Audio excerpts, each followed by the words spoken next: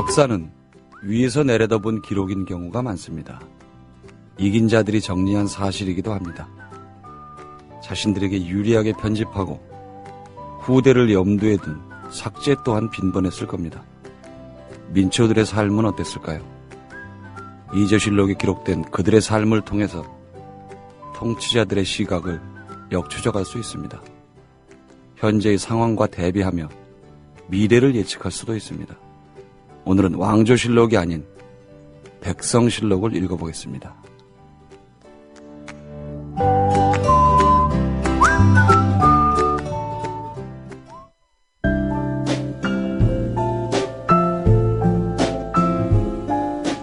뇌에는 근육이 없습니다. 최근 섹시한 뇌를 위한 체육관 국민라디오 전영관의 30분 책 읽기. 네, 오프닝 멘트를 좀 거대한 담론처럼 시작을 했습니다. 왕조실록, 이조실록 이런 것으로부터 백성실록, 민초들의 이야기를 한번 나눠볼까 합니다. 오늘은 독자 초대석 새롭게 신효승 선생님 모셨습니다. 안녕하세요. 네, 안녕하세요. 네, 간단하게 자기소개를 한번 해주시죠. 예, 전 대학에서 네. 사학을 공부하고 있는 신효승이라고 합니다. 아, 그러면 사학자를 꿈꾸시는? 예, 그렇죠. 예. 그럼 적절한 책을 고르셨네요. 조선 백성실록 이렇게 되어 있습니다. 예. 부제는 역사에 기록된 가장 하찮은 순간들 이렇게 되어 있네요. 예. 하찮다고 말은 하지만 실제로는 하찮지는 않은. 그렇죠. 어떤 책일까요, 이게? 원래 실록이라는 책 자체가 네. 그 왕의 이야기거든요. 그 왕만 이렇게 해서 실록이라는 게 왕이 뭘 했다. 그 사관이라는 사람들이 왕을 쫓아다니면서 24시간 쫓아다니면서 예, 예. 왕이 했던 얘기를 다 하는 얘기인데 그게 아니라 그 백성들의 그런 이야기라는 거죠. 거기에도 이제 실록에도 그러면 백성들의 이야기, 어떤 사례, 사건 이런 것들이 실려 있다는 얘기죠. 그렇죠. 특히 조선 같은 나라가 그래서 조선이 500년이나 갔다라는 생각을 가끔 하게 되는데 백성 얘기들이 굉장히 많이 나오거든요. 요즘에 특히 위정자들이 그런 적이 있을 때 백성이 잘못되면 예를 들어서 비가 안 와서 농사를 망쳐도 다 왕이 잘못한 짓이죠. 왕이 잘못했으니까. 요즘하고는 정반대의 세계였군요. 그렇죠. 정말 그렇죠. 조선 백성실록 오수출판기획안으로 되어 있네요. 한국출판문화산업진흥원 선정작 북로드에서 나온 정명섭저로 되어 있습니다. 내용들이 이렇게 굉장히 꼭지가 많이 있거든요. 예. 그 1부, 2부, 3부, 4부, 5부까지 해가지고 굉장히 다양한 꼭지들이 많이 나와 있는데 그러면 이 저자가 이거를 실록을 보고 찾아서 쓴 건가요? 예, 좀 보시면 예. 되게 아시겠지만 이거 굉장히 꼼꼼하게 그런 실록의 몇 페이지에 어디서 나왔다라는 내용이 다 달려 있어요. 마치 각주 달려 있는 것처럼 역사 논문도 달려 있는 것처럼 그러니까 없는 얘기를 하는 게 아니라 있는 얘기를 가지고 이런 얘기가 왜 나왔을까라는 그런 추적하는 형태로 제가 알기로는 이게 아마 처음부터 끝까지 다 읽어보시면서 이렇게 썼던 걸로 기억을 하거든요. 실록을요? 예, 예. 저자가 대단한 사람이네요. 예. 그게 보통 분량이 아닌데 실록이. 그럼요. 그 전에 그러니까 지금은 이제 한글로 이렇게 다 정리가 돼 있죠. 예, 예. 그래서 제가 알기로는 국사편찬위원회 홈페이지에 가서 웹 서비스가 되는. 예, 이제 다 볼 수 있는 걸로 아는데 그 전에는 팔았다고 그래요. 이렇게 CD롬으로 해서 그걸 몇백만 원씩 주고 사야 되고 그랬었다는데 예. 요즘은 이제 누구나 가서 열람이 가능하다 그러는데 이 저자도 그러면 그거를 다 뒤져서 거기서 재미있을 만한 또는 현재 우리가 다시 한번 되짚어 볼 만한 그런 얘기들을 발췌해가지고 새롭게 구성을 했다는 거네요. 예. 보면 깜짝 놀랄 만한 내용까지도. 예. 저도 역사를 공부하고 있지만 제가 기억도 안 나는 내용까지 찾아내서 쓴 내용을 보면 굉장히 꼼꼼하게 보신 것 같습니다. 그래서 이 책, 저희가 이제 제안을 받았을 때 굉장히 반가웠던 게 저희들이 지금 하고 있는, 그러니까 우리가 알고 있는 저를 포함해서 우리들이 알고 있는 역사 그러면 굉장히 큰 줄거리들이거든요. 말씀하신 왕의 기록, 전쟁이라든지 외국과의 관계라든지 그런 이야기들이 주로 나오고 있는데 지금 이 책은 그것이 아닌 그 시대를 우리가 알고 있는 시대를 살아낸 왕에게 공물이라고 하긴 또 그런가요? 정확한 명칭을 제가 모르겠네요. 이제 각지의 예, 진상품이겠죠. 공물. 예, 공물이라고 해도 공물이란 말이 이게 제가 좀 거부감을 가진 게 아베 총리가 신사에 보낸 것도 공물이죠. 그런가요? 예. 그래서 갑자기 이게 어쩌면 민족성인지도 모르겠어요. 여담입니다만 공물이란 말이 이렇게 올라오다가 탁 목에 걸리는 건 아베 기사를 보면서 신사에 공물을 보냈다. 아베는 참배하지 않았지만 공물을 보냈다. 그런 기사를 보면서 그 공물이라는 말이 딱 목에 걸려가지고 제가 애국자는 아닙니다만 아무튼 좀 예민해서 그런 모양입니다. 자, 한 꼭지 하나 소개를 해 주시죠, 이 중에. 제가 재밌게 읽었던 것 중에 네. 요즘도 뭐 얼마 후면 6.4 지방선거인가요? 예, 그런 게 있다 보니까 예. 뭐 공천이나 뭐 이런 거 할 때도 막 여론 한다고 막 얘기하는데 예. 매번 우리나라 선거할 때마다 여론조사 같은 거 많이 하잖아요. 예. 근데 그거를 했던 기록을 이렇게 반영을 하셨더라고요. 내용에 있는데 그것도 세종 때 해가지고 얼마 전에 드라마였나요? 뿌리 깊은 나무였나? 거기서 나왔던 내용하고 같은 맥락에서 저기였는데 당시에 어떻게 토지 제도를 어떻게 할 것인가에 대한 내용을 그거를 실제로 백성들한테 의견을 물었나요? 예. 지금도 한 2,000명 정도 하면 그게 굉장히 큰 여론 저희가 되는데 보면 여기 기록에 정확하게 좀 써셨는데 보면은 거의 한 15만, 그러니까 20만 명이 가까운 여론조사를 합니다. 야, 교통도 불편하고. 그럼요, 예. 기록 장치도 시원치 않을 텐데. 어마어마한. 예, 여기 있네요. 5개월에 걸쳐 8월 10일에 끝난 여론조사의 결과는 찬성이 98,657명, 반대가 74,149명이었다. 이야. 요즘 정부에서 좀 배워야 될 겁니다. 요즘은 실제로 응답률이 5%밖에 안 되는데 그걸 가지고 지지율 몇 프로라고 언론에 발표를 하고 그러니까. 그럼요. 세종대왕한테 다시 배워야 되겠네요. 예. 이렇게 해서 당시에 이런 국민의 말 그대로 민이라는 거를 정확하게 읽기 위해서 굉장히 노력했다라는 게 이렇게 보여지는 그런 사례라고 생각해서 저는 굉장히 이거 보고서 솔직히 좀 뜨끔했다라는 생각도. 그렇게 해서 그러면 제도를 바꿨나요? 이렇게. 예, 실제 제도를 바꾸죠. 찬성하는 쪽으로 해서. 찬성 쪽에 맞춰서. 예. 그러면 중신들은 또 반대하는 사람도 있었겠네요. 그럼요. 반대한 이유 자체가 자기네 기득권을 읽는 그런 거였기 때문에 반대 저기를 많이 하는데 그래도 세종 같은 경우에는 민의가 이렇다라는 근거로서 이거를 들이대고 이걸 통해서 계속 밀고 나가죠. 그런 내용을 자세히 이렇게 써놓으셨더라고요. 요즘은 찬성하는 상소만 올라가지 반대하는 상소는 안 올라가는 세상인 것 같은데 이때는 상소하면 일단 반대가 많았겠죠. 그럼요. 아니되옵니다 이렇게 하면서. 그 전에 제가 제목이 정확한지 모르겠는데 상소, 조선을 움직이다 이런 책도 있었어요.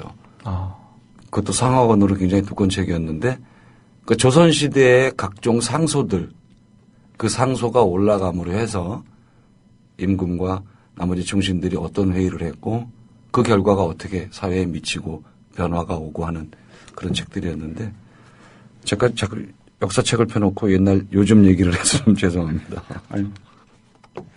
그래서 세종 때 이미 여론조사를 해서 이렇게 바꿨다. 예. 토지제도를. 그래서 실질적으로 민의를 어떻게 반영할 것인가에 대해서 정말 다양한 방법으로 고민을 했고 그러니까 통상적으로 그렇게 하면 목소리 큰 사람만 얘기를 하는 경우도 있는데 그렇겠죠. 그게 아니라 이게 보면은 대상조차도 굉장히 여러 계층의 실제 그걸 하고 있는 농민들이라든지 이게 토지조사에 대한 내용이었기 때문에 이런 것들을 어떻게 할 것인가에 대한 되게 다양한 각기각층의 그런 이야기를 다 듣습니다. 그러니까 실질적으로 목소리 큰 사람이라든지 아니면 발언권이 큰 사람이라든지 이런 걸로 끝나는 게 아니라 실질적인 민의를 반영하기 위해서 노력했다라는 모습을 잘 보여주는 그런 사례라고. 본문에 72페이지 지금 말씀하시는 본문에 있는 게 제가 잠깐 읽어드리겠습니다. 세종이 다법 손실법을 폐지하고 공법을 시행하고자 한 의지를 보였음에도 지주들은 결사반대했다. 공법으로 인한 혜택이 직접 돌아갈 당사자인 농민들 또한 원래 해오던 방식이 낫지 않을까 생각하며 변화에 대해 막연한 두려움을 가졌다.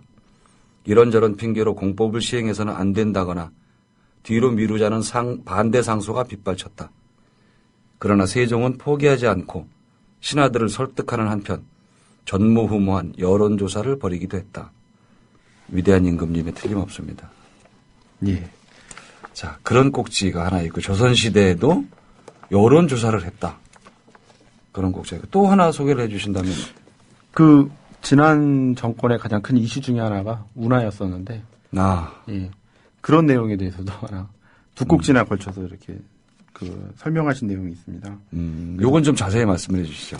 그러니까 조선시대 때 가장 그 핵심 키워드 중에 하나가 서울을 중심으로 해서 이렇게 어떻게 하면 지방에 있는 곡물들이 그 세곡이 올라올 수 있는가는 좋은 선적인데 지금도 가시면 저쪽 신안 앞바다에 그 보물선들이 많이 잠겨 있는 예, 그렇죠. 그게 그 옛날엔 되게 올라오기 힘들었나 봅니다. 뭐 지금도 얼마 전에 좀 마음 아픈 일이 있었지만 그런 그 과정 속에서 예. 그 근처에다가 운하를 뚫음으로써 좀 더 손쉽게 올라올 수 있는 그런 여건을 만들자. 그런 논의가 있었고 그런 게 고려 말부터 시작해가지고 조선 내내 그런 게 유지가 됐었던 것 같습니다.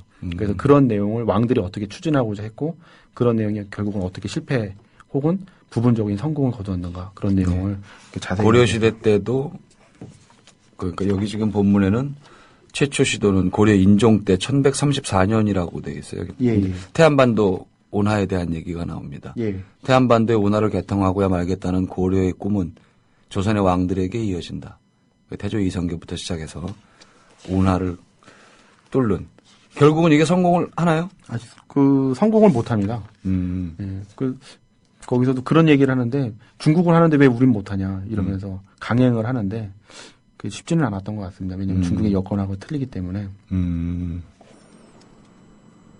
예, 그래가지고 네. 굉장히 쉽지는 않았던 것 같습니다. 그래서 계속 실패하고 그러다가 결국은 끝내는 그 제도 성공 못하고 그렇게 끝내는 걸로 그렇게 되어 있습니다. 이 당시에는 뭐 장비가 있는 것도 아니고 사람들이 다 해야 될 텐데. 예.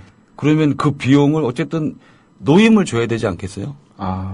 근데 이 당시는 그 역이라고 해가지고 네. 군역이나 뭐 부역 이런 것처럼 강제로 불러들였죠. 그래서 극기야는 원래 그 조선이 중을 되게 싫어하잖아요. 스님들을 굉장히 싫어하는데 숭유억불 정책에서 그 스님까지 이렇게 불러들여서 그 사람들을 이렇게 노역에 쓰자 이런 안건이 나와서 그것 때문에 또 이런 사람들이 하면 안 됩니다. 이런 상소도 올라오기도 하는데 결국은 동원해가지고 각종 그런 사람들을 불러다가 만들죠. 근데 그 뭐 부분적인 성공은 그러니까 뚫긴 하지만 곧 실패하고 그 제대로 운용도 안 되고 결과적으로 사용도 못 되는 그런 운하로 끝납니다. 뚫은 임금은 누군가요? 결국 뚫은 보시면 예. 책에서도 그 부분이 잠깐 나오는데 중종 때 그러니까 현종 때 그게 그 개통은 됩니다. 예. 예, 뭐 지금 운하 뚫린 것처럼 개통은 되지만 실질적으로 그 기대했던 효과를 거두지는 못하죠. 그래서 결국은 안변도라는 섬만 생기게 되나요? 예. 천수만을 뚫고 나오는. 예. 그러면 이 당시에도 제가 정확한 자료를 가지고 하는 얘기는 아니지만 그 임금님들이 MB보다는 훨씬 현명하고 똘똘하신 분인 것 같은데. 그게 임금들이 다들 조금 이렇게 업적을 남기려는. 그렇죠. 그런 것들. 어느 통치자나. 그렇게 생기는 것 같습니다. 그래서 본인들도 이렇게 그런 효율성, 뭐 수에즈나 뭐 파나마우나 똑같은 다 그런 의도인데. 그런 거에서 그게 과연 실현 가능성이 있는가. 아니면 이게 백성들의 고열만 빠는 것인가. 그 다음에 나중에 이게 실패할 것인가. 이런 여러 가지가 복합적으로 생각이 돼야 되는데 그런 업적 위주로 생각했을 경우에 나타나는 대표적 현상이 아닌가. 그런 생각이. 저도 그거를 몰랐었거든요. 그러니까 이제 저희가 육지에서 태안 쪽에서 안면도를 들어가면 안면도 연육교를 건너가게 되는데 그게 운하라는 거를 몰랐어요. 예. 당연히. 저도 몰랐습니다. 예. 이게 그냥 안면도니까 원래 이렇게 돼 있으려니 이렇게 생각했지 그 당시에 백성들이 등짐져 날르고 정으로 쪼고 해서 거기를 실제로 거기가 안반 지역이거든요. 이렇게 건너가면서 보면 양쪽이 다. 근데 거기를 이 당시에 그렇게 해서 뚫었다 그러니까 놀랍네요. 예. 1400년대 이때쯤인데, 야, 청취자 여러분들도 뭐 아시는 분들은 많이 계시겠지만은 모르셨을 것 같아요. 그게 운하였다는 거를. 저도 몰랐으니까 뭐. 예. 역사 하시는 분들도 그런 이렇게 소소한 거를 뭐 또 이렇게 모르실 수도 있는데 저희들은 뭐 얘기할 것도 없겠습니다. 운하를 꿈꾸다 이런 꼭지가 있네요. 역사에서 보면 굉장히 배울 게 많은데 네. 이런 사례가 그런 대표적인 사례가 아닌가라는 생각이 듭니다. 그러면 이런 부분들은 왕의 일이니까 뭐라 그럴까요? 그 왕의 업적 내지는 왕의 한 일 그런 쪽으로 기록이 돼 있었겠네요. 백성들의 얘기를 하기보다는. 그렇지만 거기에 동원된 사람들이 그 지역 민이었기 때문에 그런 민들의 그런 그러니까 조선시대 때 왕들이 결정할 때 가장 그 문제가 되는 게 뭐냐면 공론이라고 해서 올라왔을 때 이게 뭐 유생들의 의견이나 이런 게 아니라 그 백성을 힘들게 한다라는 게 가장 큰 이슈입니다. 그러니까 백성을 어렵게 하고 힘들게 하고 이렇게 하는 게 반대하는 의견의 척도였기 때문에 그 뭐 일반적인 업적이나 이런 다른 유럽의 그런 왕들이나 이런 사람들의 업적하고는 좀 차이가 있는 게 아닌가 그런 생각이 듭니다. 요즘 같으면은 백성이 힘들다 안 힘들다의 문제가 아니라 이거 하면 좀 빛이 납니다. 뭐 이런 쪽으로만 해석들을 많이 하는데 그 법이 개정이 돼도 그게 과연 국민들 삶을 편안하게 할 것이냐 하는 문제가 항상 제기되잖아요. 그것 때문에 문제들도 많이 발생을 해서 반대도 하고 그 내부에서는 어떤 상소가 올라가고 하는지 모르겠는데 저희들이 느끼는 바로는 차라리 이 시대가 낫다 싶어요. 지금보다. 그 실제로 이렇게 보면 그 운하 착공에 대해서 반대한 여론이 몇 가지가 나오는데 태종 때도 태종이 굉장히 솔직히 과격한 왕으로 이렇게 되게 유명한데 그 사람조차도 그 왕조차도 반대 여론 때문에 근데 그 여론이 뭐냐면 그 뭐 백성들이 힘들다 뭐 이런 식의 그런 것들이 못한다 이렇게 했기 때문에 그런 것들은 좀 본받아야 될 그런 저희가 아닌가. 그 조선이라는 나라가 뭐 여러 가지 비판받을 수도 있고 그렇게 되지만 그런 왕들의 기본적인 의식이나 이런 것들이 전제에 깔려 있었기 때문에 백성들을 생각하는 그런 마음들이. 네, 당쟁이나 대외 정책 부분, 그다음에 일본과의 관계, 또 이제 고한말로 와서는 또 여러 가지 문제들이 많이 있지만 그런 거를 다 제쳐놓고라도 통치자의 기본 이념이나 태도는 지금하고는 많이 달랐다. 제가 보기에는 뭐 역사를 연구하시는 입장에서는 정치와 상관없이 그렇죠. 근데 왜 실패했나요? 이거는? 그러니까 땅 자체가 그 뭐 흔히 그러면 좋겠다라고 생각할 수 있겠지만 예를 들어 공사를 하려면 뭐 파나마 운하 공사하는 과정에서도 똑같이 나타나는 현상이겠지만 그 지질이라든지 이런 것들을 좀 고려를 해야 되는데 그 당시 그 태안반도 그쪽에 있는 땅들이 그렇게 좋은 땅이 아니고 여기서도 그런 얘기가 잠깐 나오는데 땅이 너무 물르기 때문에 실패했다. 그래서 세조도 실질적으로 그 신숙지를 보내가지고 그거에 대해서 타산 여부를 확인을 하거든요. 뭐 지금으로 따지면 환경평가죠. 그 환경평가라는데 신숙주가 여기는 땅이 물러서 안 될 것 같습니다 하니까 알았다 그럼 포기하자 이런 식으로 그렇게 나갑니다. 그 시대에도 환경 영향 평가를 하고 또 신하가 이러이러한 정황에 대해서 임금한테 상소를 올리면 임금이 또 그걸 받아들이고 조금 제가 한 600년 전에 태어났어야 되는데 조금 제가 늦게 태어난 감이 있습니다. 이 시대 물론 제가 이 시대의 양반으로 태어난다는 보장은 전혀 없습니다만 그렇게 해서 운하도 뚫었지만 또 뭐 메워지기도 하고 그게 원래 청계천도 마찬가지인데 그런 운하라는 게 생기면 지금은 옆에 좌우측에다가 지금 뭐 콘크리트도 패고 해가지고 안정되게 만들 수 있지만 그때는 그냥 땅으로 이렇게 파는 그런 거니까 뭐 또 특히 우리나라가 전 세계적으로 유명한 제 하나가 그 심한 조수간만을 찾았으니까 조수간만 찾으니까 이게 물살이 굉장히 빨라가지고 그 지역도 또 그렇게 이게 좁은 지역에서 생기면 이게 뭐 다른 여러 가지 자연적 현상 때문에 물살이 빨라지고 느려지고 이런 다양한 자연적인 현상이 벌어지니까 그 자연적으로 사용할 수 힘든 그래서 준설이나 이런 그러니까 보수해야 되는 상황이 계속 벌써 발생하게 되는데 그런 것들을 조선에서는 감당하기 힘드니까 사용 안 하고 그러니까 돌아가는 형태로 정착이 되는 것 같습니다. 비근한 예로 경희 누나 같은 경우도 한강 쪽에서 인천 쪽으로 나가는 데는 지금 말씀하신 현상 때문에 유지비가 굉장히 많이 듭니다. 아, 그렇습니까? 예.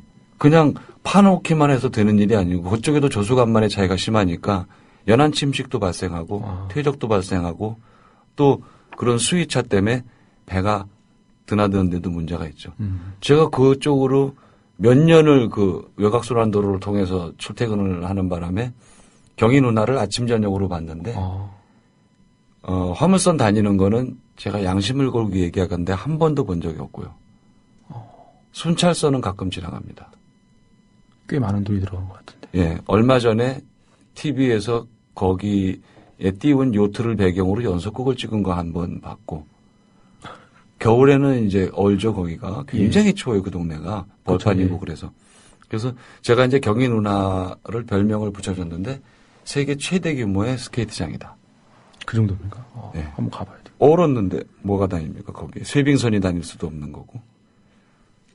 통치자의 결정이 이렇게 엄청난 결과를 가져옵니다. 하나 더 소개해 주시죠. 뭐 마지막으로 말씀드리고 싶은 게 조선에서도 그 100분 토론 비슷한 게 더 감탄할 만한 얘기가 나오네요.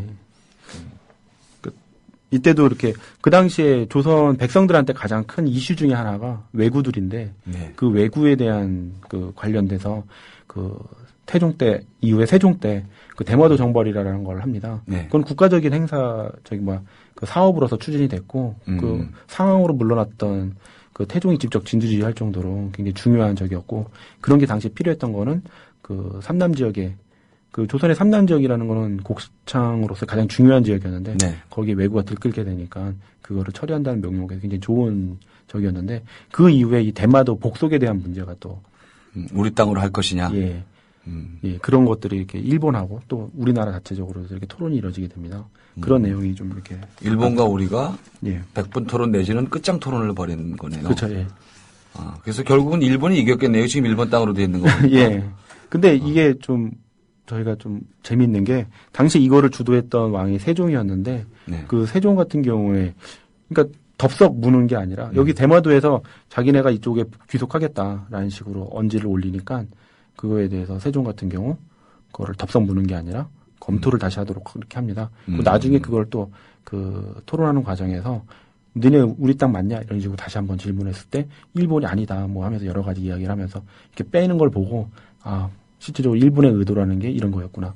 그러니까 당시 대마도 도주의 의도라는 게 이런 거였구나라는 걸 간파하게 되는 그런 내용입니다. 그러니까 우리한테 우리 영역에 들어오겠다고 해서 자기네 어떤 경제적인 문제나 이런 거를 우리 자원을 이용을 해 먹으려는 의도였겠네요. 그러면 여기서도 세종대왕 같은 경우에 가장 관심을 가졌던 것 중에 하나가 그러니까 백성들이 어떤 식으로 인식을 했나라는 걸 좀 저기 합니다. 그래서 왜구 같은 경우에 어떤 식으로 그 자기네들의 그 돈을 충당할 것인가를 그 섬에 나오는 세금 갖고 자기네들이 하겠다 이런 식으로 얘기하기 때문에 그렇게 되면 결과적으로는 백성들이 고요를 이렇게 빨아먹는 그런 형태로 되니까 우리 세금으로 대마도 주민을 먹여 살릴 경우도 생기겠네요. 예, 그렇죠.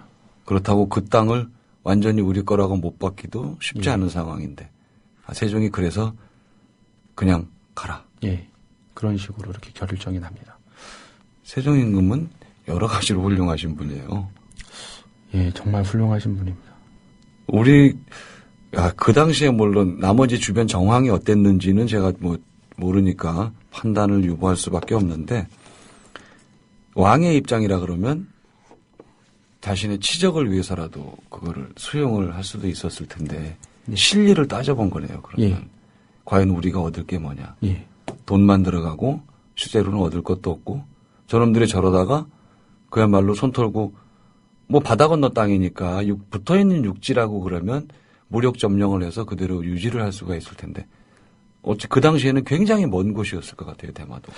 근데 실질적으로는 일본이보다 우리나라가 더 가깝습니다. 대마도가 우리나라 더 가까운데 그래서 우리나라가 이렇게 점령하는 게 왜 못했을까 이런 얘기도 많이들 하고 그러는데 이게 점령하는 것보다 의미가 없다라고 판단을 한 거죠. 예, 그렇게 하면 뭐 돈도 많이 들어가니까. 어떤 면에서는 뭐 역사의 가설이 참 웃기긴 하지만 그때 정말 강력하게 점령을 했으면 우리 땅이 됐을까요? 끊임없이 일본한테 그쪽을 이렇게 그 침략당하는 지금 저쪽도 이렇게 멀리 떨어진 독도하고 울릉도도 지금 그러고 있는데 대만을 가만히 놔두겠어요. 그죠. 중국하고의 그 분쟁을 일으키는 것도 그렇고 소련하고도 물론 마찬가지긴 한데 그래도 우리가 시료 지배를 하고 있으면 우리 거가 됐을 것 같은 생각이 들어요. 예, 뭐 근데 거기를 이렇게 전근대사에서 이렇게 지키기 위해서는 진짜 엄청나게 백성들의 피 고열이 거기다가 그것보다는 백성들의 어려움을 먼저 따져봤다. 그래서 이 책이 지금 말씀드린 대로 이제 왕의 판단에 대한 것도 나오고 아울러 백성들 아주 굉장히 촘촘하게 내용이 들어 있습니다. 정말 이렇게 야사에서 우리가 흔히 야사라고 하는 그런 내용들까지 포함해서 조선시대의 여러 가지 이야기들. 그래서 단순히 그동안 우리가 왕에 대한 이야기들만 보던 책과는 판이하게 다른 아주 재밌는 내용들이 많이 있으니까 여러분들도 머리를 식히는 겸해서 한번 보셔도 좋겠고 이걸 보면서 이 시대에 실제 또 나머지 사항들 그런 거를 역추적해서 보시는 것도 재밌을 것 같아요. 조선 백성실록 역사에 기록된 가장 하찮은 순간들 이런 부제를 달고 있습니다. 그래서 오늘 그 신효성 선생님 나오셔서 조선 백성실록 소개해 주셨습니다. 오늘 말씀 감사합니다. 예, 감사합니다. 네. 자, 오늘 백성실록 얘기를 들어봤습니다. 네, 조선 백성실록 복로도 출판사에서 저희가 3권을 협찬을 받았습니다. 그래서 게시판에 다시 듣기 게시판에 댓글 남겨주시는 분들 3분 선정해서 선물 드리도록 하겠습니다. 네, 역사라는 것이 커다란 사건만으로 완성되지는 않을 겁니다. 백성이라는 민초라고 하는 자갈과 모래들이 꽉꽉 채워져야 그 안에 중심부에 있는 바위들도 힘을 얻게 되는 거 아닌가 이런 생각을 해보는 아침입니다. 네, 한 말씀 더 드리겠습니다. 다양한 계층의 요구를 전부 만족시킬 수는 없습니다. 가장 근접한 방법은 정지가 아닐까요? 우리 사회가 지금 몸살을 앓고 비극에 빠져 있습니다. 정부 당국도 엉망진창입니다. 최소한 정직한 정부를 바라겠습니다. 제가 순진한 게 아니기를 바라보는 아침입니다. 지금까지 30분 책 읽기 전영관이었습니다.